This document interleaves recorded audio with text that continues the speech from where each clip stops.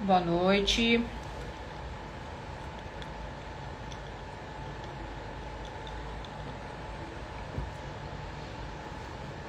Boa noite, pessoal. Sejam bem-vindos. Tudo bem com vocês?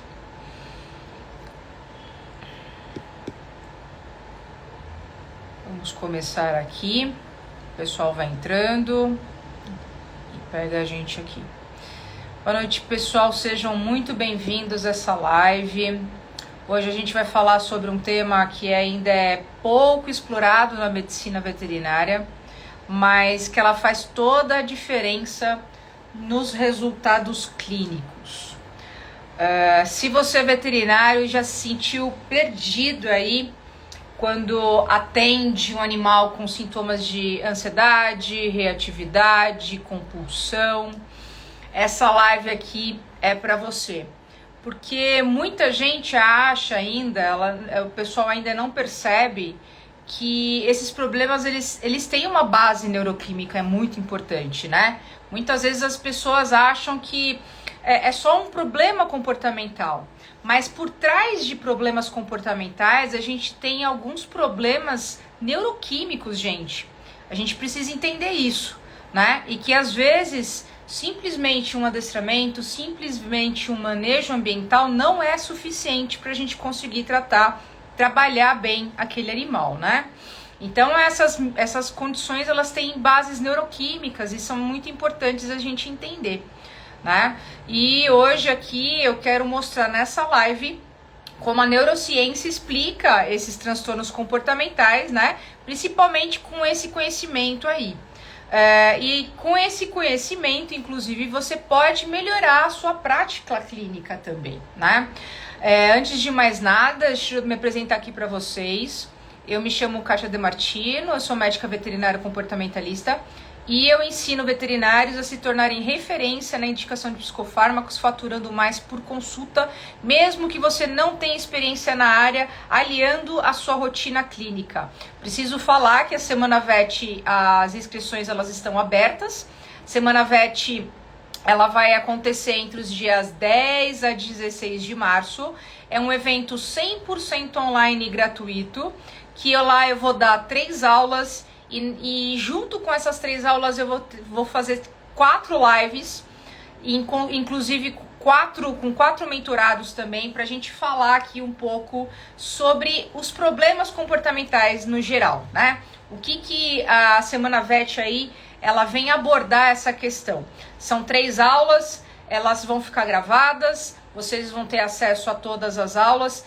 Clica lá no link na bio, que lá vocês conseguem entrar no grupo de WhatsApp e que é através do grupo de WhatsApp que vão ser disponibilizados os links e as aulas também, tá bom?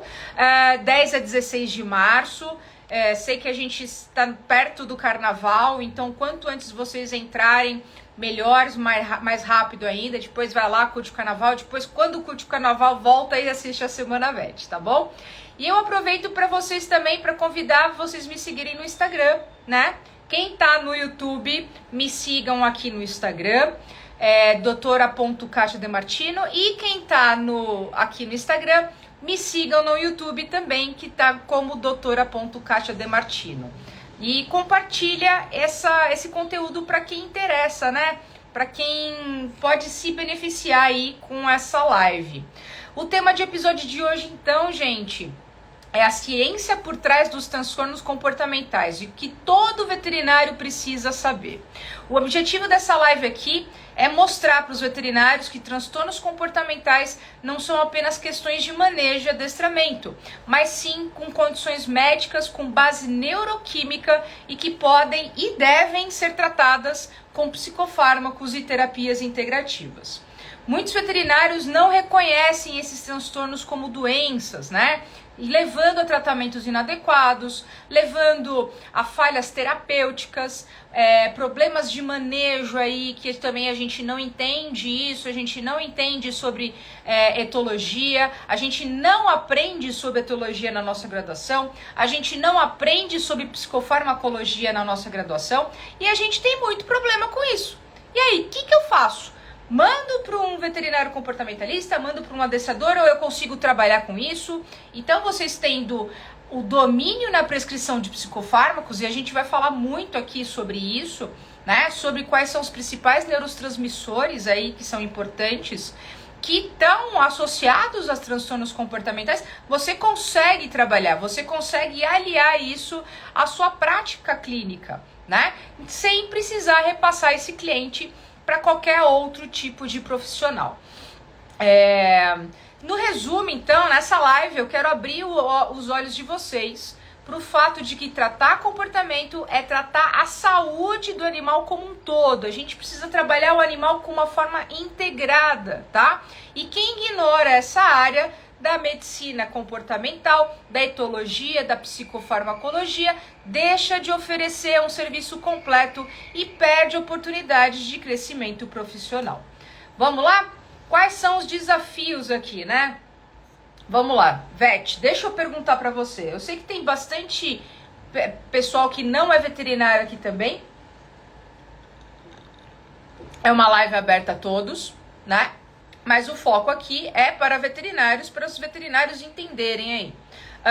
Quantos de vocês já atenderam um paciente que parecia aquele animal super agressivo, nervoso, ansioso, com transtorno compulsivo, que é muito comum a gente pegar aquela lambedura de pata, aquela mutilação de cauda, aquela mordedura de flanco, né? São todos os, assim, são transtornos compulsivos aí, né? E aí a gente faz todo um tratamento, a gente repassa esses clientes por não saber e tal. E muitas vezes esses clientes não têm o melhor tratamento, né? Porque aí o tutor ele acaba ficando frustrado, depois o tutor volta falando que ele já passou por N profissionais e nenhum adiantou, o que a gente precisa fazer, e aquela coisa, né? E aí fica naquela confusão. Você repassa, aí depois não faz um tratamento efetivo, aí o tutor fica de galho em galho, pulando de profissional em profissional, e não resolve nunca, né? Ou então, quem já entrou, acabou tratando um ansiolítico, né, um outro psicofármaco, mas ficou na dúvida se realmente era aquela melhor opção, né, se estava prescrevendo da forma correta, o que podia associar, o que não podia associar, né? A gente sempre tem as nossas dúvidas aí e as inseguranças do dia a dia também, né? E aí, gente, eu vou explicar aqui de uma forma acessível, né? Quem estiver aqui na live também entender que o comportamento, ele não é apenas uma questão de treino e manejo. Eu, inclusive, no meu grupo de mentoria, teve uma mentorada que passou pra mim, pra gente, né, no grupo, um vídeo de uma live onde 3 profissionais, eu não vou nem falar quais são esses profissionais, mas 3 profissionais teoricamente da área, né? Um psicólogo, outro adestrador e outro veterinário, falando que onde já se viu a gente receitar psicofármacos para os nossos animais, sendo que a gente não precisa tratar os nossos animais com psicofármacos. Se somente com manejo, somente com adestramento a gente tem o melhor tratamento. Gente, eu fui adestradora por muitos anos. Eu tratei muitos animais através de técnicas de manejo, mas eu sabia muito bem que apenas a técnica de manejo, a técnica de adestramento, ela não era o suficiente para muitos dos nossos animais também, né? Então hoje eu quero falar para vocês que existe uma base neuroquímica, existe uma ciência por trás da gente receitar essas medicações, os psicofármacos, terapias integrativas para melhora terapêutica. Ninguém aqui está tirando cliente de ninguém. O veterinário comportamentalista, um veterinário que trabalha com psicofármacos, eles são aliados, eles são parceiros no trabalho do adestrador, do comportamentalista, certo? Ninguém tira cliente de ninguém. E sabe quem ganha com isso? Todos nós. Eu, você, o adestrador, o tutor e a família, né? E aquele animal também. Então, existe uma base neuroquímica por trás de todos esses problemas comportamentais que é super importante a gente falar. Então, tem muitos adestradores que me seguem aqui, mas tem muitos adestradores que não me seguem e que vêm falar, nossa, onde já se viu, fica receitando medicamento pro cachorro, pro gato, sendo que é isso, que é aquilo, que é aquilo outro. Gente, ninguém vai receitar à torta e à direita, sendo que não tem necessidade. Mas muitos dos nossos animais têm necessidade, sim, e precisa ser tratado, aliado ao manejo, aliado ao adestramento, tá bom? Então, é importantíssimo veterinários e não veterinários trabalharem, né, entenderem essa parte de psicofármacos e conseguir chamar algum outro profissional para trabalhar em conjunto, tá certo? Então, vamos lá. Fatores como os neurotransmissores, alterações hormonais e até predisposição genética pode influenciar diretamente o comportamento dos nossos animais, tá? Não vou falar sobre alteração hormonal e nem predisposição genética aqui. O interesse dessa live, o intuito dessa live é falar sobre alterações de neurotransmissores, tá bom? Desequilíbrios neuroquímicos. Quais são os principais desequilíbrios neuroquímicos que a gente tem aliado aí nos comportamentos? Serotonina, dopamina e noradrenalina e suas implicações nos transtornos. Comportamento animal, ele não depende apenas dos fatores ambientais, como eu estou dizendo aqui, né? Manejo com treinamento, não vai depender somente disso. Ele tem uma base neurológica e bioquímica, né? E muitos transtornos parecem aqueles probleminhas de comportamento que a gente vai passar para o adestrador, a gente vai fazer tudo isso também, tá? E que muitos desses problemas vão ser trabalhados e vão ser resolvidos, mas muitos dos problemas não vão ser trabalhados, não vão ser resolvidos apenas com manejo. A gente precisa de intervenção medicamentosa, né?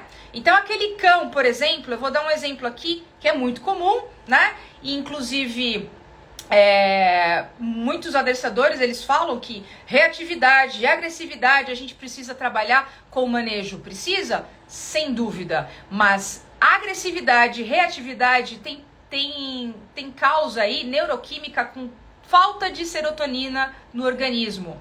E a serotonina, ele é um importante neurotransmissor de sensação de bem-estar. E quando ele está em defasagem no nosso organismo, ele acaba dando condutas de agressividade e de impulsividade, tá? Então, aquele cachorro que é agressivo, que é reativo, ele muitas vezes também a gente precisa entender a causa, tá? Que eu sempre falo aqui, que não é a pontinha do iceberg que a gente vai trabalhar. A gente vai precisar entender a causa daquela agressividade, daquela reatividade, os gatilhos que desenvolvem isso, para a gente trabalhar com o manejo aliado ao psicofármaco, tá? Porque tem um déficit de serotonina naquele organismo, naquele cérebro, e que causa condutas agressivas e impulsivas, tá bom? Vamos lá. Quais são os principais, né? Então, a serotonina, que ela está associada ao controle de humor, impulsividade e agressividade. E os baixos níveis podem me levar a maior reatividade, a maior ansiedade. Dopamina. A dopamina influencia na motivação e no comportamento compulsivo. Níveis elevados podem estar relacionados à hipervigilância e estereotipias. Então, a gente sabendo, e isso é importante também, tá, gente? A gente sabendo qual transtorno comportamental a gente tem em questão, a gente vai entender qual é o neurotransmissor que está envolvido a ele.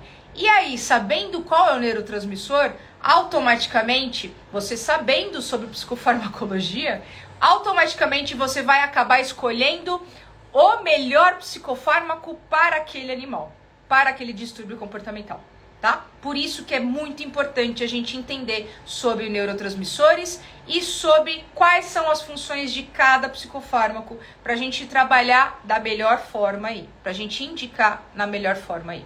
Noradrenalina, ela regula a resposta ao estresse e o medo. O excesso de noradrenalina pode deixar o animal em estado de alerta constante, né? Aquele animal super medroso. O GABA, que é um neurotransmissor inibitório que reduz a excitabilidade neuronal. Quando a gente tem deficiência do GABA, a gente tem aquele animal com maior ansiedade e maior hiperatividade também, né? Então, essas deficiências de neurotransmissores vão impactar no comportamento daquele animal, né? E como esses desequilíbrios levam aos transtornos comportamentais? A gente vai falar um pouquinho mais aqui. Quando eles estão em desequilíbrio, né? O animal ele pode desenvolver quadros clínicos que interferem no seu bem-estar e na sua relação com os tutores. Então, quais são os transtornos mais comuns associados? A ansiedade, vou dar aqui, né, o exemplo, a ansiedade generalizada. A ansiedade generalizada, ela pode estar relacionada tanto à baixa de serotonina quanto ao desequilíbrio no GABA, né? E o animal, ele fica em alerta constantemente e tendo vocalizações excessivas. Aí são os sintomas, né, do comportamento. Agressividade impulsiva, né? Como a gente já tinha dito aqui, animais que são agressivos, reativos e não têm controle dessa impulsividade, eles têm uma redução de serotonina no organismo, né? E acaba sendo aqueles ataques imprevisíveis, aquela reatividade exacerbada. Compulsões e estereotipias, como aquele animal que começa a lamber a pato constantemente, né? Caçar cauda, caçar mosca, tá? Caçar mosca é um distúrbio compulsivo. Lamber regiões, objetos, né? Parede, móvel, chão, mutilar cauda, morder o flanco, morder o ar também, isso acaba sendo um transtorno compulsivo, né? Andar em círculos acaba sendo um transtorno compulsivo. Tudo isso é um comportamento repetitivo sem função aparente e que geralmente esses animais fazem para aumentar o nível de serotonina do organismo, né? Tem uma com latido excessivo. Então, o latido excessivo ele pode ser de várias formas. O latido excessivo, ele pode ser de uma ansiedade generalizada, pode ser de um medo exacerbado, pode ser, às vezes, até um distúrbio compulsivo que o cachorro ele começa a desencadear com o latido, tá? Por isso que é importantíssimo a gente entender a causa daquele transtorno para a gente trabalhar da melhor forma. Fobias e medos excessivos, né? Fobia de fogos, trovões, fobias de andar de carro, enfim, várias fobias a gente tem aí. Fobia social, ela pode estar relacionada à hiperatividade da noradrenalina, né? Aquele animal está em estado de alerta constante, sistema nervoso simpático totalmente atuante e ele tá... Cara, noradrenalina, o que a adrenalina faz no nosso organismo? Ela deixa a gente em estado de alerta. E a noradrenalina é o nosso neurotransmissor que é derivado aí da adrenalina, né? Então, aquele, por exemplo, uma lambedura de pata, aquela automutilação, né? Geralmente, a automutilação, o que acontece? Aquele comportamento repetitivo, sem propósito algum, né? Ele começa a aliviar, ele começa a liberar endorfinas no organismo daquele animal e dá uma sensação de alívio e de bem-estar. Só que esse alívio e bem-estar é a curtíssimo prazo. E como que eu faço para melhorar isso? Isso é um vício, tá, gente? Todo vício é um comportamento compulsivo. E aí a gente pode levar o vício para várias coisas. Vício de nicotina, vício de drogas, vício de álcool, vício de várias coisas aqui, pensando aqui na gente, tá? E os animais, eles acabam tendo esses vícios também muito constante, né? E aí, com relação a como é uma sensação de bem-estar aquelas endorfinas que causam sensação de bem-estar, melhoram a questão da dor. A curtíssimo prazo, ele tem que fazer aquele movimento repetitivo mais uma vez para ele manter e ter aquela sensação de prazer, tá? Isso acontece em todos os vícios. E pensando aqui nos vícios, o que a gente precisa sim é entrar com medicação, é entrar com psicofármaco. Só manejo ambiental, só adestramento, isso não vai funcionar, isso não vai adiantar, tá? Uma pitbull que tem pânico de relâmpago e trovão perde totalmente o controle. Então, que geralmente que pode ficar acontecendo, aí você pode fazer todo o tratamento de manejo, todo o tratamento de adestramento e nada vai funcionar. Pode até melhorar um pouco, mas 100% não. E aí, entrar com psicofármaco, nesse caso, precisa aliar uma coisa com a outra para a gente ter a melhora terapêutica daquele animal, tá? E aí os papéis, né, dos psicofármacos na regulação do comportamento aqui. Como a gente agora entendeu que muitos transtornos são consequências de desequilíbrios químicos, né, neuroquímicos, a gente agora tem que entender o que os psicofármacos, né, onde esses psicofármacos acabam atuando no organismo, né, pra gente conseguir indicar a melhor coisa, né? Também não é assim, não é fluoxetina, somente fluoxetina que a gente vai dar para aquele animal e que vai funcionar. Fluoxetina, ela não é a melhor solução para todos os problemas. Não existe somente fluoxetina também, né? Então vamos dar aqui alguns exemplos. Por exemplo, os inibidores de recaptação de serotonina. Então, os inibidores de recaptação de serotonina vão aumentar a quantidade de serotonina no organismo, na fenda sináptica daquele animal. Consequentemente, a gente pode ajudar aqueles animais com condutas de ansiedade, condutas agressivas e condutas compulsivas, né? Então, ele é um tratamento, essa classe é uma classe que a gente acaba indicando para esses tipos de comportamento, esses tipos de transtornos de comportamento, né? Existe só os inibidores? Não, existem várias classes, né? Mas os inibidores são uma delas. Ansiolíticos benzodiazepínicos, né? E o que eles fazem? Eles atuam aqui no sistema GABA. E o sistema GABA, como a gente falou, é um sistema inibitório.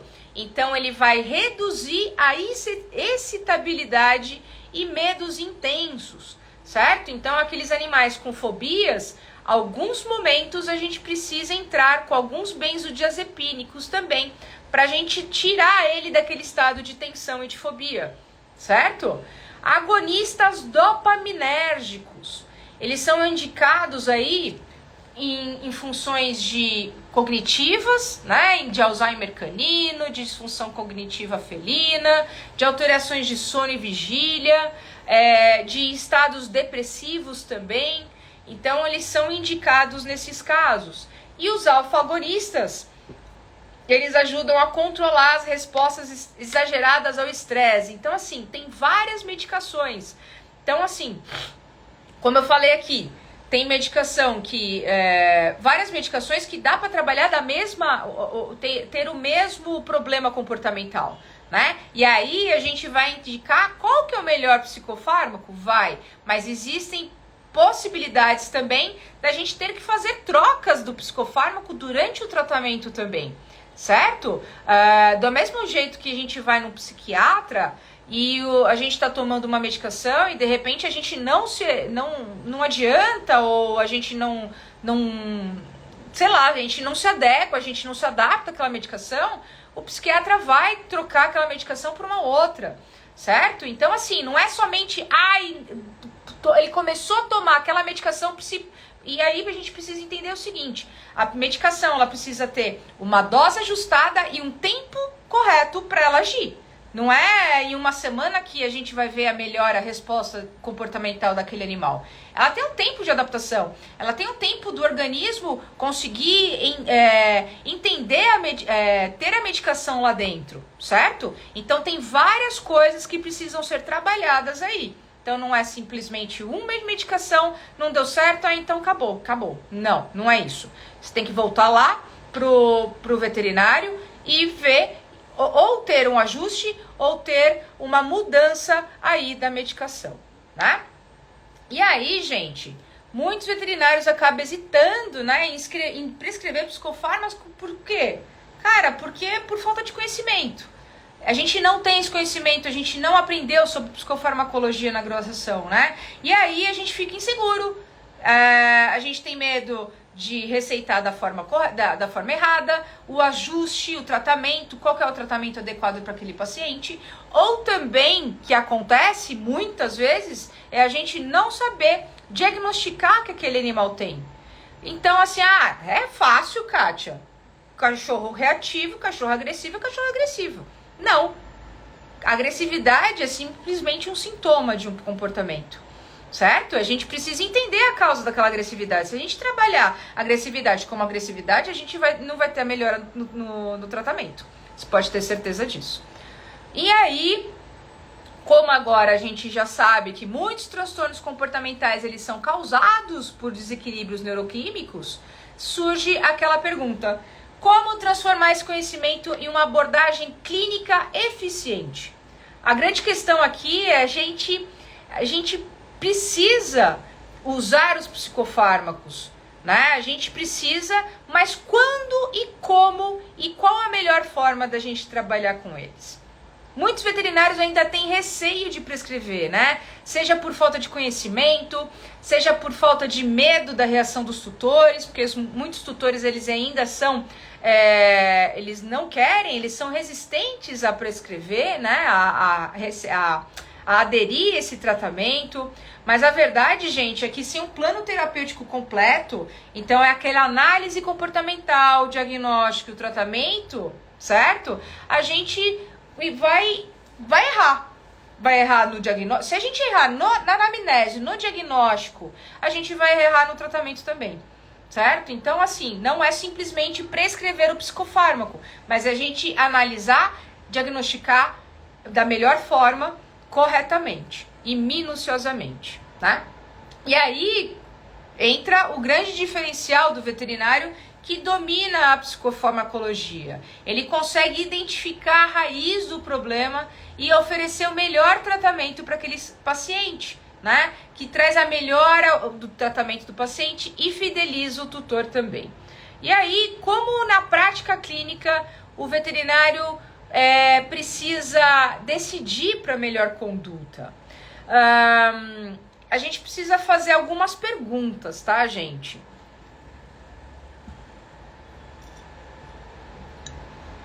Será que aquele problema tem uma base clínica ou se ele é puramente comportamental? Essa é a primeira questão que a gente precisa ter antes de qualquer decisão. Primeiro, a gente precisa descartar problemas clínicos também, certo? Então, dores crônicas, animais que são reativos, né, animais que são agressivos, a gente precisa descartar dor sempre, certo? Alterações hormonais, eles podem desencadear processos de comportamento, alterações comportamentais também. Um hipertiroidismo, um hipotiroidismo, hiperadenocorticismo, tem causas clínicas, né, hormonais aí, que podem estar influenciando no comportamento daquele animal. Por isso, a gente precisa fazer uma bateria de exames antes da gente realmente ver se é comportamental somente, né? E aí, aquele transtorno é comportamental mesmo? Então, geralmente, ele tem um problema neuroquímico aí significativo, né? E se houvesse o problema neuroquímico mesmo, o uso dos psicofármacos, eles podem ser necessários para restabelecer o equilíbrio dos neurotransmissores. E aí pode surgir uma dúvida. Pode surgir aquela coisa, Kátia, então, se tem um desequilíbrio neuroquímico, só usar psicofármaco vai adiantar, correto? Não.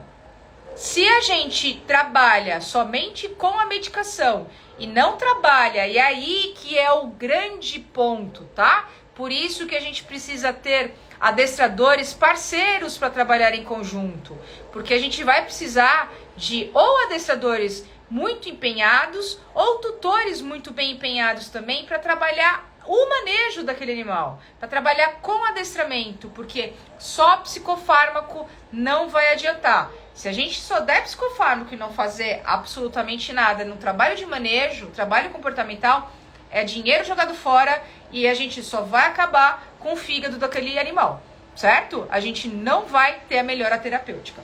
Então, usar psicofármacos aliado ao tratamento de manejo para a gente ter a melhor resposta daquele animal para aquele determinado distúrbio comportamental, certo? Se vocês acham que não tem, né, um desequilíbrio neuroquímico, somente o adestramento e a mudança de manejo elas podem ser trabalhadas, tá? E que geralmente é isso que a gente acaba fazendo. A gente trabalha dessa forma primeiro e aí vê se existiu a melhora ou não. Existiu a melhora? Ótimo, continuemos com isso. Não existiu, a gente entra com a medicação, certo? E aí, como identificar, né? Aquele problema, se a gente deve entrar ou não com psicofármacos. Primeiro, duração e intensidade. O comportamento persiste há quanto tempo? Há quantos meses? Há quantos anos? É muito intenso para a situação? Não é intenso? Né? Ele afeta o bem-estar daquele animal? Ele afeta o bem-estar daquela família? A gente precisa pensar na família também, gente. Muitas vezes a gente tem problemas familiares por causa dos problemas comportamentais que os animais apresentam, né? Tem algum problema na rotina, aquele animal sofre prejuízo de qualidade de vida, né? O tutor relata se tem algum problema de convívio com as pessoas, com a família. Tudo isso a gente precisa investigar também, né? E aí, como escolher o psicofármaco correto? A maior dificuldade dos veterinários é saber realmente qual é o fármaco correto, né? Como fazer essa prescrição com segurança. E quais são os erros mais comuns? Escolher o medicamento inapropriado para o caso, né? Então a gente, por exemplo, entrar aí com benzodiazepínico para transtornos de ansiedade generalizada a longo prazo. A gente não vai ter o melhor tratamento, né? Não respeitar o tempo de latência dos psicofármacos. A gente precisa mostrar também isso para os tutores, gente. Para os tutores acharem que não é 30 dias de tratamento, o animal vai estar 100%. Não. A gente precisa mostrar para os tutores que existe tempo, existe ajuste, que não pode parar a medicação de uma hora para outra, né? Não pode parar, não deu certo, eu não volto lá pro veterinário, eu paro por conta própria. Não é assim, a gente só vai piorar ainda mais, né? Inclusive eu fiz uma live sobre isso também, tempos atrás. E não monitorar os efeitos colaterais e ajustes das doses. Então todos esses erros são muito comuns e que muitas vezes a gente não informa os tutores com isso. E aí existem muitos tutores que vão desistir do tratamento, né? E aí, como a gente sabendo aqui como aplicar, né, a ciência na prática, a gente vai falar sobre impacto profissional para o veterinário que domina o assunto da psicofarmacologia. Você acaba tendo mais segurança e previsibilidade no tratamento. Saber exatamente qual conduta seguir reduz a incerteza nos seus casos mais difíceis. E, gente, posso falar? Tá cada vez pior os casos. Eu não sei porquê, mas é aquela coisa, né? Passa por vários profissionais. Alguns profissionais deu evolução, outros profissionais não deram evolução, às vezes deram uma regredida, e aí volta muito pior pra gente. E que aí, infelizmente, é caso que a gente precisa entrar com medicação, né? E o tutor, ele vem falando assim, você é minha última opção. E eu falo, não sou sua última opção. Eu não sou a salvação da sua vida. Eu vou oferecer as ferramentas, né? Entrar com a melhor medicação, oferecer as ferramentas necessárias e quem vai executar é você, não eu. Então eu dou tudo de orientação. E aí quem executa é o tutor, certo? Então a gente precisa passar isso para eles também, que nós não somos a última opção deles, não. E tutores que eles veem melhora real no animal, eles confiam muito mais no veterinário. E aí elas voltam, né? Você acabam fidelizando aquele cliente e eles voltam para o tratamento, certo? Porque muitas vezes eles acabam abandonando. E veterinários que sabem prescrever psicofármacos corretamente oferecem um serviço mais completo e podem cobrar consultas diferenciadas. Você sabendo sobre psicofarmacologia, você sabendo sobre etologia, você deve cobrar por isso. Você é um veterinário diferenciado, certo? E aí é aquela coisa, né? Você acaba fidelizando aquele cliente, e por fidelizar aquele cliente, o melhor marketing vai ser o seu cliente. Pode ter certeza disso.